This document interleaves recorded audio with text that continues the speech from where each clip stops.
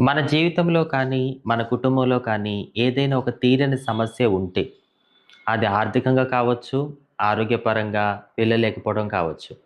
ఇలా మన జీవితంలో, మన ఇంట్లో ఏదైనా ఒక తీరని సమస్యని మనం ఎక్కువ కాలంగా ఫేస్ చేయాల్సి వస్తే, దానివల్ల మనకి చిరాకు, కోపం వచ్చేస్తాయి.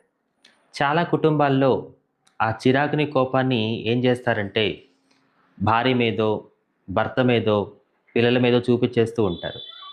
దానివల్ల మీకున్న తీరని సమస్య తీరకపోగా, మీ కుటుంబంలో సమాధానం, ప్రశాంతత, ఐక్యత కరువవుతాయి.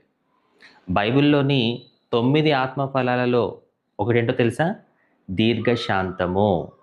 మీ లైఫ్‌లో కానీ, మీ ఫ్యామిలీలో కానీ ఒక తీరని సమస్య మిమ్మల్ని ఎప్పటినుంచో వేధిస్తూ, బాధిస్తూ ఉంటే, మీరు వాక్యానుసారంగా జీవించే వ్యక్తి అయితే, దేవుడంటే మీకు మనస్ఫూర్తిగా నమ్మకం ఉంటే, మీరు ఖచ్చితంగా దీర్ఘశాంతాన్ని కలిగి ఉంటారు.